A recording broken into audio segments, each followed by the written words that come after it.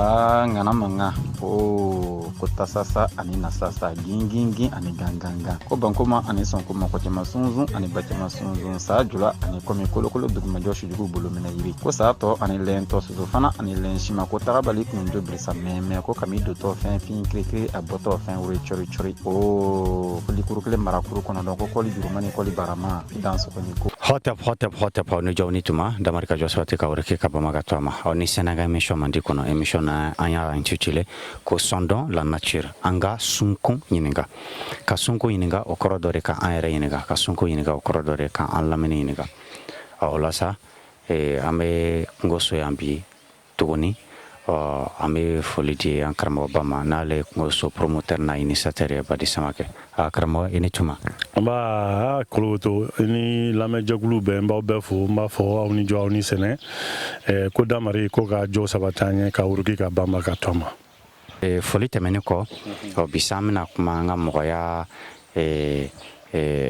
fin de aucun fin munu nyachika bo anye wa entouré de symbolisme aussi. Donc là, comme Flebaro Yamba la Churamina, donc anga kumada ere John oye flene, na fara flen, galama bola, flene a classe ou na sous classe barabola, ani anyono, donc vraiment, là, ibi dado. Yani anga se mina no nyachierema are espèce monumbe ani non scientifique mbe ala kata se mon kutu weroma karamo kloto imoteb dumia o nyingali jaranye vraiment ambolo be dula karamo ya libi bari amana ni dakum mintaga o wala bi ambanda magala de antna se ka akono be ani amangutu be o la 600 ni femi flan en bologne namba wole ko flen anga barake minen jonjon do ambe se ka fen chama fala wala mais tobu kwalema ko kalebas nango tobu fana amumbe malila amba do ka fo ko français do kodo ni kalebasi takalaye iba soro kalebasi fana te ulu taere ulu fana ye asinga espagnolu de fe munu ya wele ko kalabasa nga espagnolu fana ulu fana ye o mangutu foala kasurutate parce que ulu ya mine mo munu fe ulu fana de besona maka wele ko lagenaria si carrera donc niyo o taku laje ibita o fana sun soro sisano fo tubabu ni arabu ka je kono ani greku ulu de kwama ko nun o nun mayro o fana tara kabo buteli de la amba fo mi ma bi ko bouteille imay donc 600 ka o kuma de lamunumunu ko la bangi togoro la fo kano se en maya ko kalebas non scientifique ko lagenaria si carrera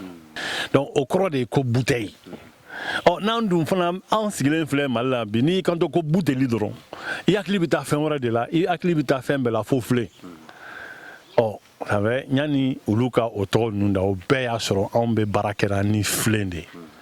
donc o filema yɔrɔ sisan ani o ɲɛci ninnu an bɛna an da maga dɔ de la an tɛ se ka tila la parce que a dili donnen don an ka ɲɛnamaya kɔnɔ ka taa yɔrɔ jan dɛ. Voilà. Donc, espèce joli B qui est recensé. Voilà. Tiens, là, ni non scientifique ni ta, il y a sur lui espèces ou jate, mais il faut que ça va encore. À façon à bébé.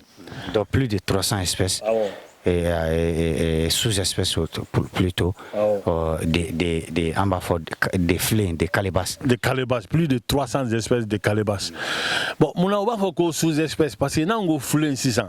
Tiens, là, on met flin donc flin. Flin qu'on y est fengelendron et il sur le drone, mon robe barakenalide. Gagné en fanatata, il est sur flema fait un béon. Et n'a pas 600 non, ni mi flin ni calaba, la nango mako galama. i ma an t'a fɔ nin ma filen dɛ an b'a fɔ nin ma ko galama nka parce que ale ye filen kalama ye donc o la an ye kalama au lieu de dire filen kalama an ko dɔrɔn ko kalama voilà o de filɛ nin ye an ye filen bɔ ale la k'ale ta kɛ dɔrɔn ko kalama ye bon sisan i bɛ bondo dɔn no bondo o ye filaw ka baarakɛminɛ dɔ u bɛ nɔnɔw ni fɛnw kɛ min na min fana b'i n'a fɔ nin nka yan'a ka kɛ i n'a fɔ nin ale ta kelen bɛ i b'a fɔ kuru fila bɛ ɲɔgɔn kan ka kelen jɛngɛ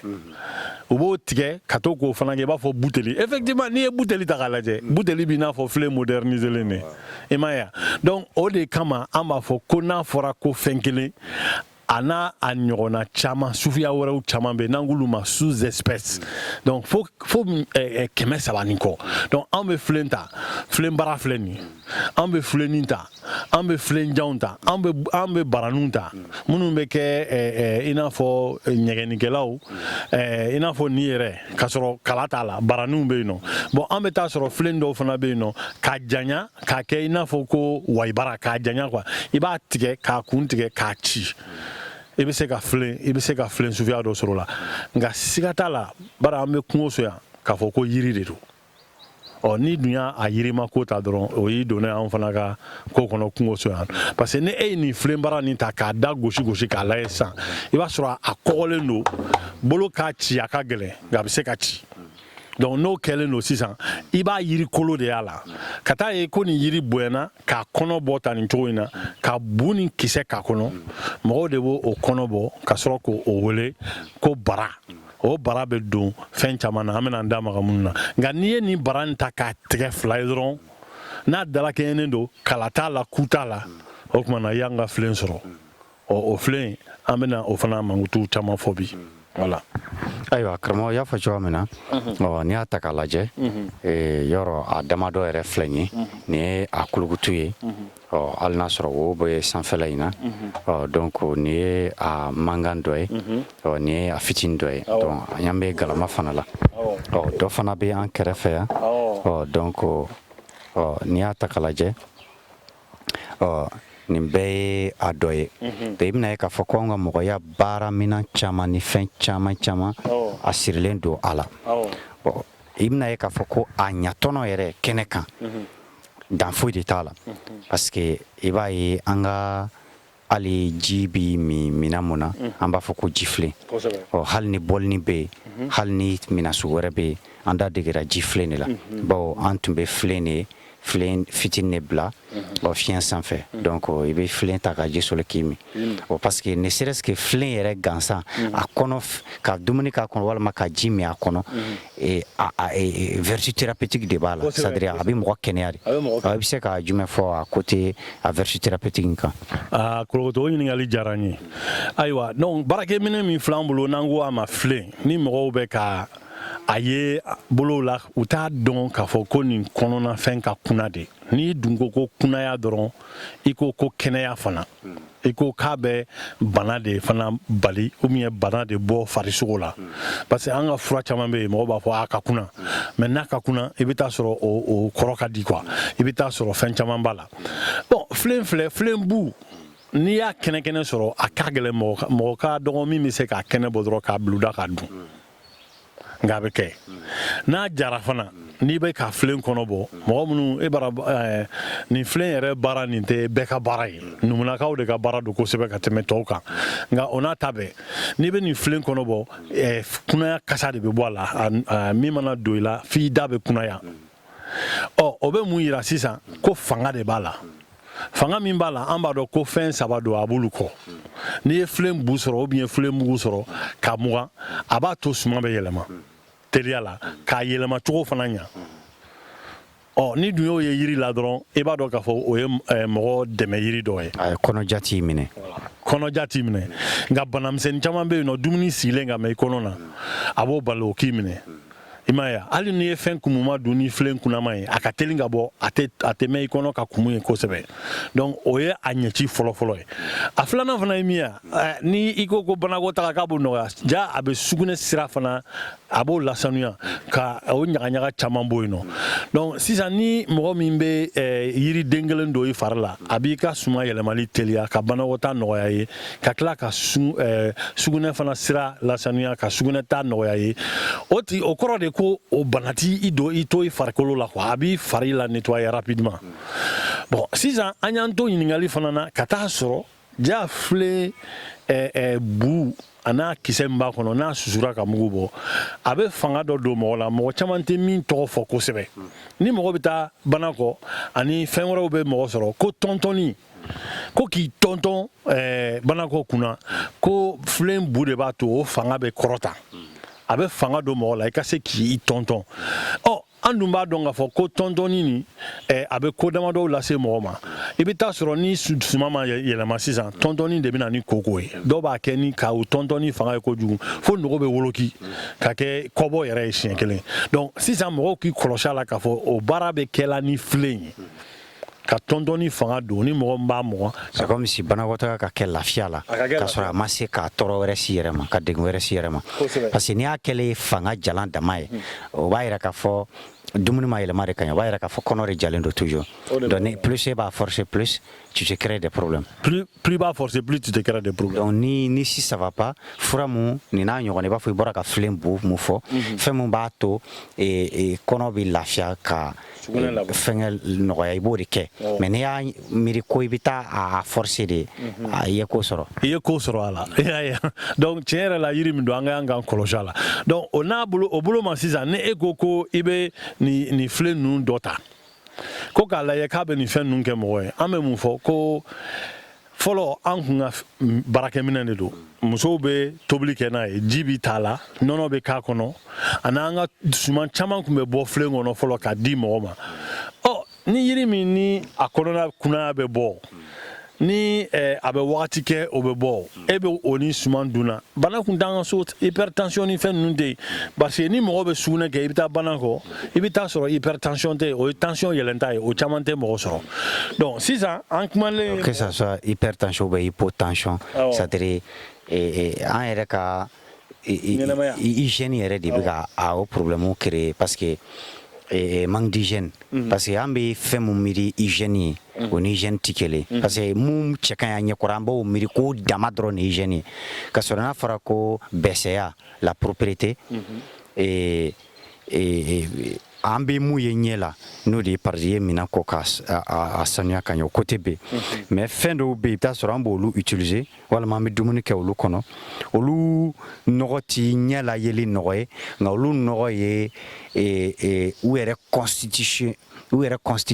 o nɔgɔ de ye c'est comme si voilà baga de b'olu la par exemple sa e bɛ fɛn dumuni ne ye dumuni kalama kɛ mana kɔnɔ sisan i b'a bila i kunna k'a fɔ ko manaya yɔrɔ dɔ bɛ dumuni na donc i ma dumuni gansan dun i ye dumuni ni mana de dun ɲɔgɔn fɛ bon n'i ye dumuni kɛ par exemple sisan i b'a fɔ mina fugan walima inoxy la sisan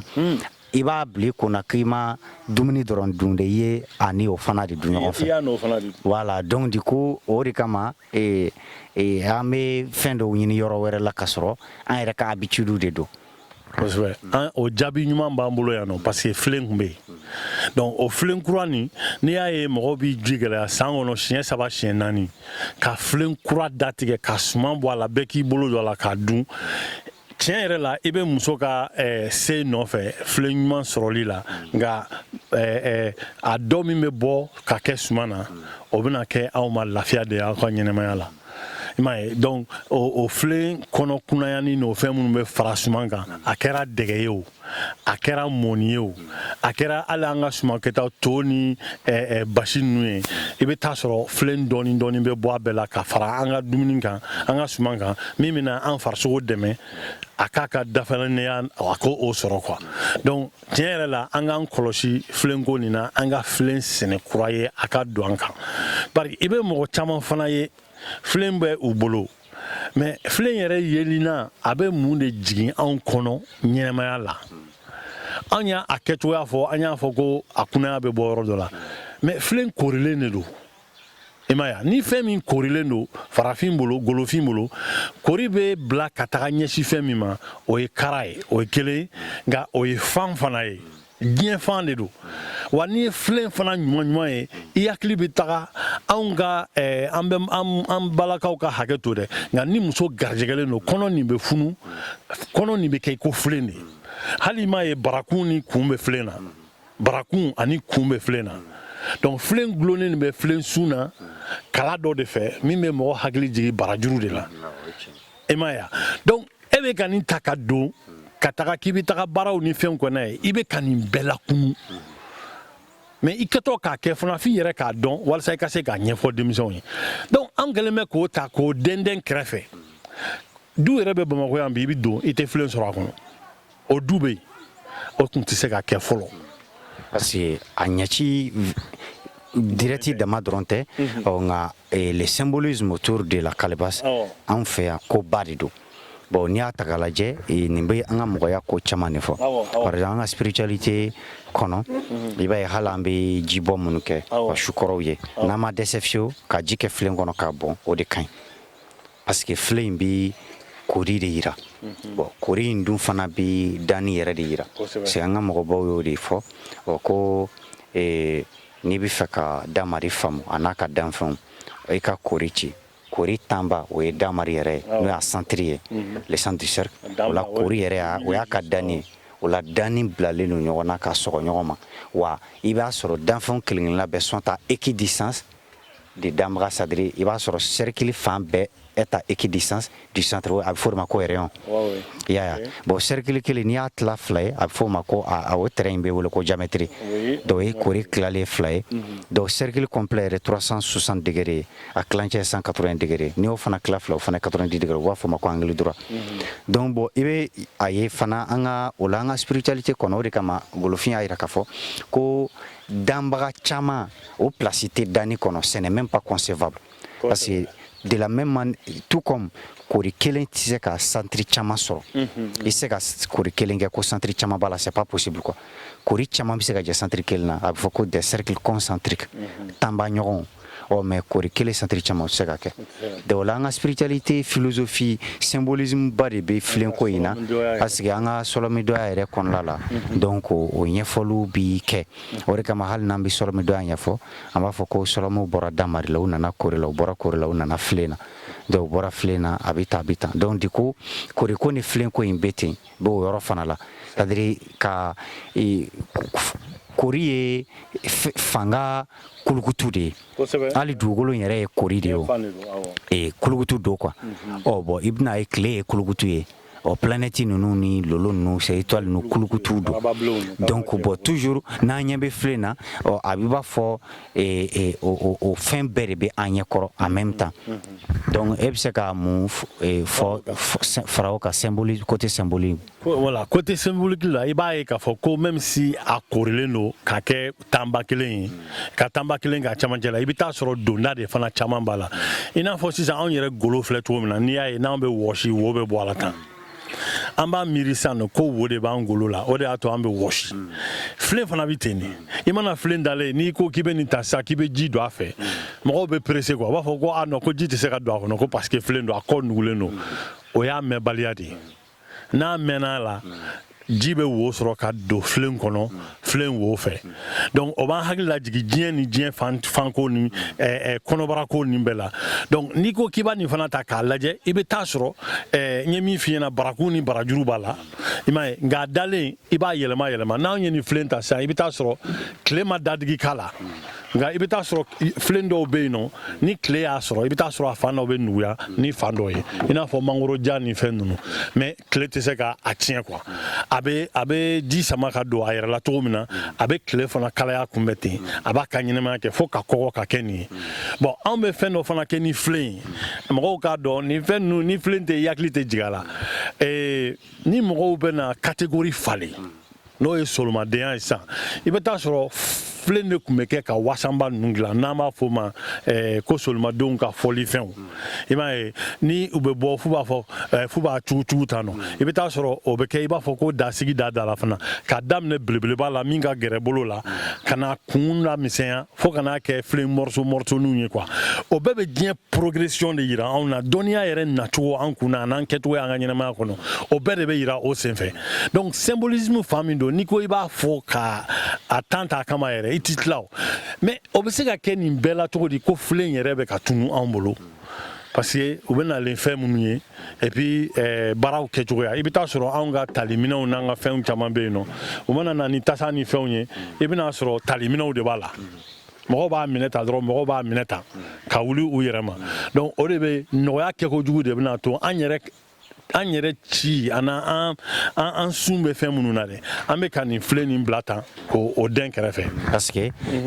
ni talan t'a la c'est comme si ni fa fɛn dɔ la donc il faut k'i bolo don a kɔrɔ ka ɲɛ salabagatɔ fɛn tɛ n'i y'a négligé dɔrɔn a bɛ bin a kɔnɔ fɛn bɛ bɔn wa filen yɛrɛ bɛ ci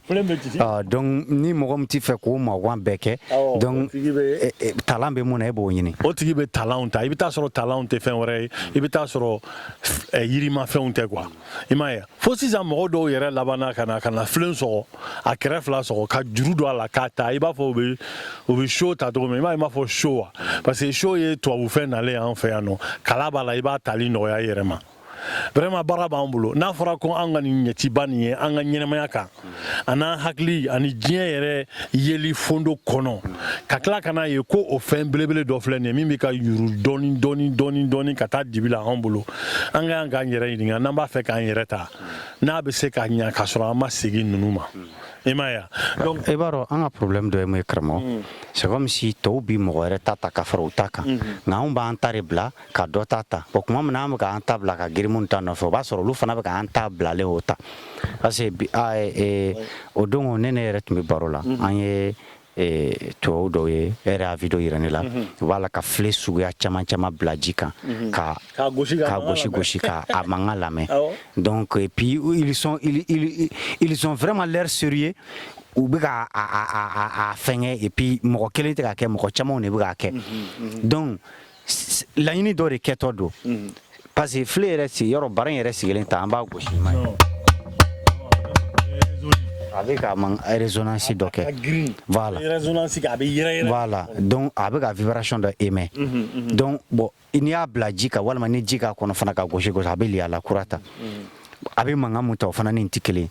donc du coup i bɛna ye sisan o vibration ko n'o fréquence ko n'o résonance ko i bɛ se ka mun fɔ o kan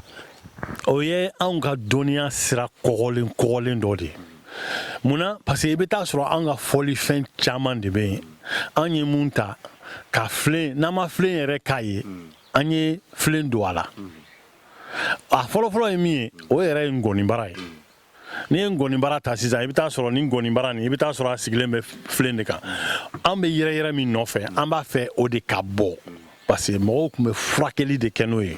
ko vibration sisan an filɛ nin ye 21e siècle la bɛɛ bɛ ka kule ko vibration de ye ko bɛɛ ye mais o tun b'an ka mɔgɔw bolo o tun b'an ka mɔgɔw bolo ni jɛwti ka kurundu sabanan yɛrɛ ta la ye rien ne repose tout remis tout vibre c'est à dire ko foyi tɛ basigi kɔngɔn kɔnɔ donc ko tout remis tout vibre ko fɛn bɛɛ bɛ lamaga wa fɛn bɛɛ bɛ wɛrɛmɛ a bɛɛ bɛ wɛrɛmɛli kɛ an b'a fɔ o ma ko vibration donc i b'a ye o la tun b'anw fɛ yan raison pour laquelle an ka fɛn caman bɛ yen i b'a sɔrɔ musique ko b'a la dɔnni dɔnkiliw b'a la parce que a bɛ sunku bɛnɲɔgɔnmaya a fɔ o ma ko harmonie a b'o de yira oui a b'o de yira ani fana a lamɛnni ka di an ye a ka fusa an ma o de la i m'a ye ni ngɔnibara ta bɛ yen i bɛ taa sɔrɔ mɔgɔ dɔw yɛrɛ bɛ yen minnu ye filen dɔrɔn tigɛ ka filen dabiri ka fini k'a kɔnɔ n yɛrɛ ma gita sɔrɔ sinon kun bɛ na n'a ye gita b'i n'a fɔ filen ka wo bɔ filen na ka juru bɔ a la ka kolonkisɛ k'a la comme ça n'i b'a kɛ tan k'a munumunu quoi a bɛ mankan bɔ Mariam Bagayogo n'a bɛ balani fɔ sisan nɔ a bɛ bara dɔ ta a kɛlen bɛ ka jɔ ni kolonkisɛ ou bien yiri gabakuru misɛnninw k'o kala jɔ la ka sɔrɔ ka to ko bara jugubaw kɔnɔ tɔgɔw b'u la koyi tɔgɔw b'u la wa ɲɛciw b'u la vibration min b'a kɔnɔ a bɛ bɔ ni daluya dɔ de ye wa anw ka lɔnko kɔnɔ sisan mɔgɔ minnu ye nin fɛn ninnu tɔmɔtɔmɔ u bɛɛ ye ɲɛnɛmaya fan dɔ dulon a la k'a tɔmɔ ka bɔ n'a ye walasa mɔgɔw ka se ka tɔnɔ sɔrɔ donc anw bɛ bala fana ye bala ni jukɔrɔla caman bɛ yen i bɛ taa sɔrɔ baramisɛnninw de bɛ yen ko Mariam Bagayogo bɛ fɛn min kɛ ka bala accompagner tan k'u b'a fɔ o ma ko yabara voilà donc yabara ni i bɛ taa sɔrɔ daluya dɔ b'a la ani mankan dɔ bɛ bɔ a la min yɛrɛ bɛ mɔgɔ dusukun lafiya bon n'an ye filen lajɛ an b'a dɔn k'a fɔ ko dusukun yɛrɛ b'i n'a fɔ kuru de yɔrɔ donc olu fila bɛ ɲɔgɔn ta bon n tun bɛna min fɔ nin fana na bala jukɔrɔla ninnu n'i ye balaba ta o i ye jeli balani ta o i ye balamisɛnnin fɛn o fɛn ta i bɛ taa sɔrɔ nin galama ou bien baramisɛnninw de b'a jukɔrɔ k'a daminɛ min mankan ka girin ka taga fo min mankan ka misɛn i bɛ taa sɔrɔ bara de b'a bɛɛ jukɔrɔ ka na donc dɔnniya kɔgɔlenw de b'an fɛ yan dɛ ka tila ka n'a ye ko mɔgɔw bɛ hali filen ni a bara a filen cibali k'a wo bɔ ka file fiyɛ a la ka mankan bɔ n'a ye u da ye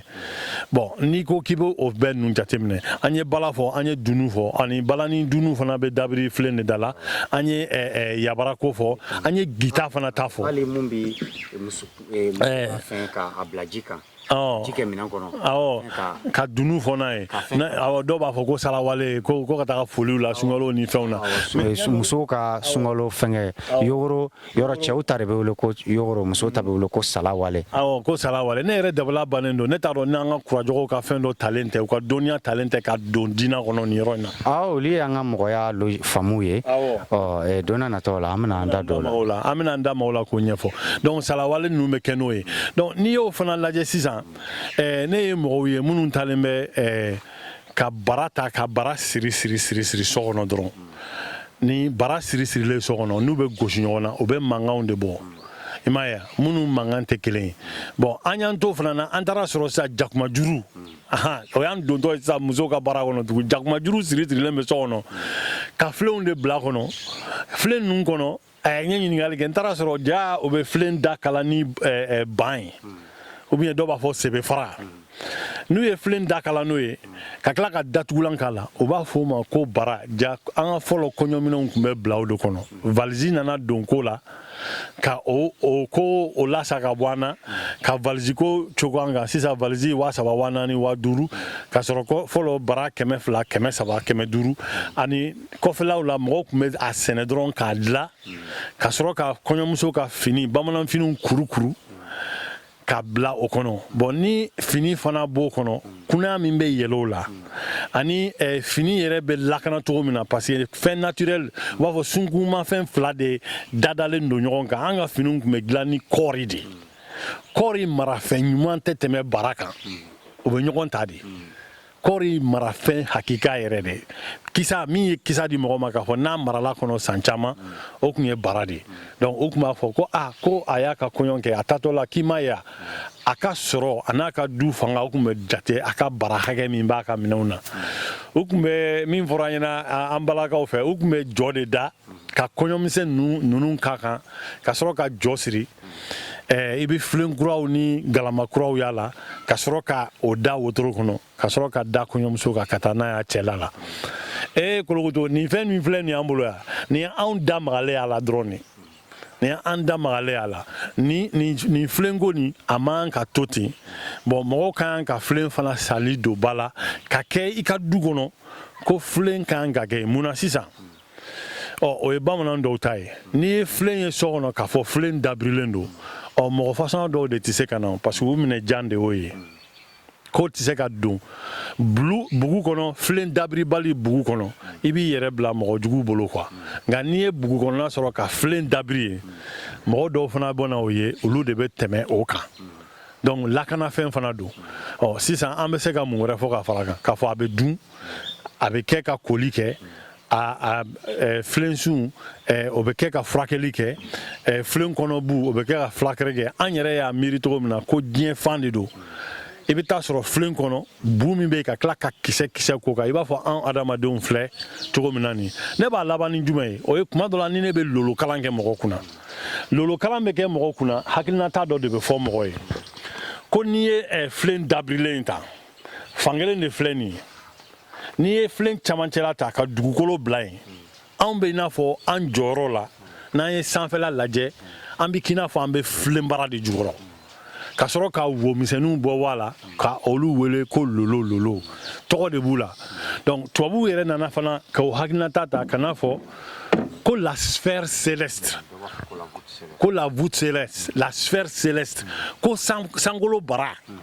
n'i jɔ ka sanfɛla lajɛ sufɛ hali sisan tilegan fɛ i bɛ se ka kɛ i bɛ jɔ i bɛ munumunu ko kelen kɛ i yɛrɛ ka 360 degré i bɛ k'i n'a fɔ i bɛ filen fankelen de jukɔrɔ nka komi tile bɛ boli ka bɔ kɔrɔn fɛ ka taa tile bi i bɛna ye su mana ko tile mana tunun na fan min kun dogolen de tile fɛ o fan de bɛ yɛlɛ su fɛ donc an bɛ sankolo kalan ani lolo kalan fana fɔ ni filen ani filen kɔnɔfɛn ani filen yɛrɛ lahalaya ani mankutu min bɛ filen na an bɛ sankolo kalan fana kɛ n'o ye. ayiwa o yɔrɔ faamuyara donc an bɛ mun lajɛya a kana kɛ diinɛmɔgɔw ta ɲɔgɔn ye a t'i b'a fɔ ko bara walima filen yɛrɛ de bɛ sanfɛla bɛ ten de dɛ ka dɔnni kalanni nɔgɔya mɔgɔw bolo ka yira k'a fɔ anw bi tilekan kɛ de kɔnɔ n'o ye système solaire ye o système solaire tanba o centre ye tile de ye donc anw bi planète mun ka o ye terre ye donc planète ninnu bɛɛ bɛ ka tile de lamini donc olu b'u yɛrɛ lamini ka tila ka tile lamini donc o baara kɔnɔ o dugukolo bɛ tile lamini min k'a ka kama kɔnɔ n'a fɔ ma ko a ka orbite kɔnɔ c'est à dire a bɛ tɛmɛ yɔrɔ minnu fɛ a b'a fɔ o bɛnnen don constellation dɔw ma fo ka taa a ka tour complet dafa donc o la o tour complet jate in a bɛ boli kama mun yɛrɛ kɔnɔ dɛ n'i y'o jate minɛ o ye korilama de don y'a ye donc o la ale bɛ o lamini san kɔnɔ 365 jours 1 quart 6 heures donc o la o jate kɔnɔ lolo wɛrɛ mun ni fɛngɛ wɛrɛ minnu ni an bi an to yan k'olu ye nɔgɔya la donc olu de jatelen don sigiyɔrɔma damadɔ ye donc o la i b'a ye ala application bɛ n'i y'a jɔ sanfɛla la e bɛ constellation mun kɔnɔ a b'o yiri la i bɛ lolo a jɔ lolo dɔ kan o lolo ninnu bɛ constellation min kɔnɔ a b'a f'i ye nin ye nin constellation ye voilà dɔ kana taa fɔ ko ko filenbara yɛrɛ de dabililen don an dala ye voilà donc an b'o yɔrɔ fɔ ka jɛya parce que tiɲɛ yɛrɛ la filen ɲɛci tɛ se ka fɔ ka ban dɛ i b'a dɔn k'a fɔ ni ko ka kan ka golo b'an fɛ yen n'an ko ma ɲɛnajɛ i bɛ taa sɔrɔ ɲabara ou bien ɲafilen o de bɛ dilan nin ye n'i yɛrɛ tigɛlen bɛ cogo min na tuma dɔ la o bɛ dɔɔnin fara nin kan dɔrɔn galamanin bɛ se ka don nin na k'a kɔnɔfɛn soli ka bɔ ka min donc o tun b'anw ka minfɛnw de dilan k'o de kɛ nin kɔnɔ ka sɔrɔ ka o sigi ɲɛnajɛ kɛnɛ kan ka sɔrɔ ka filenin fitinin d'a kan bɛɛ bɛ taa soli k'i min i sago la tiɲɛ yɛrɛ la an ka dɔnni ani an ka mɔgɔya a tamasiyɛn kɔgɔlen de ye nin an t'a fɛ min ka tunu o de y'a to anw b'a sɛnɛ kungo so yan ɲinan fana an bɛna sɛnɛ an bɛ galamaw sɛnɛ an bɛ baraw sɛnɛ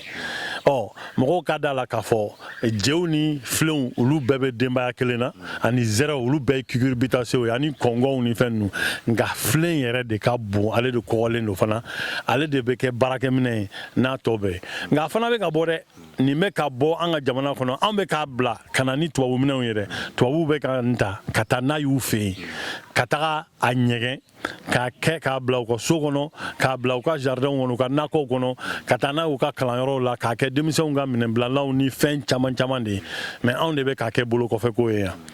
donc ne bɛ se ka dakuruɲɛ damadɔ min fɔ filenko la vraiment kologoto o de ye nin ye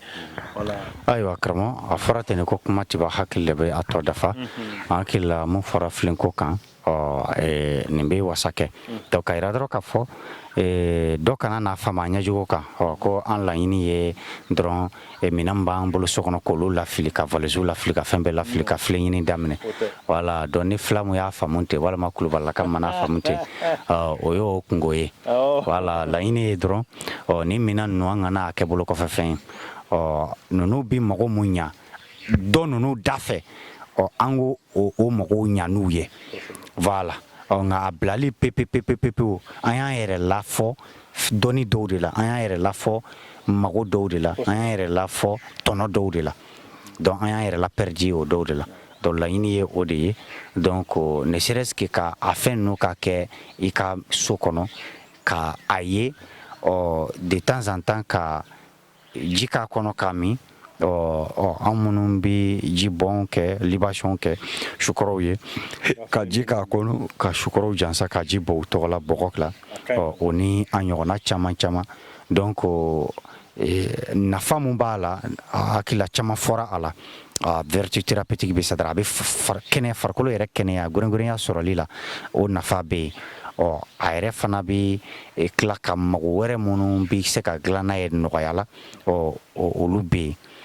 ani a côté symbolique aussi donc olu bɛɛ bɛ yen o la ka yira k'a fɔ hali bi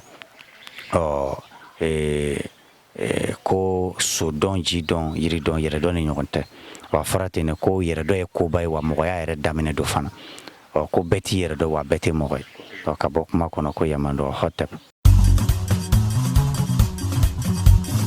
Ngana manga ko tasasa ani nasasa gingingin ani ganganga ko bankoma ani sonkoma ko tema sunzun ani batema sunzun sa jula ani komi kolokolo duguma joshi jugu bolo mina yiri ko sa to ani lento suzu fana ani len shima ko tarabali kun do brisa meme ko kami do to fin krekre aboto fin wuri chori chori ko likuru kle marakuru kono donc ko li jurumani ko li barama dans ko ni ko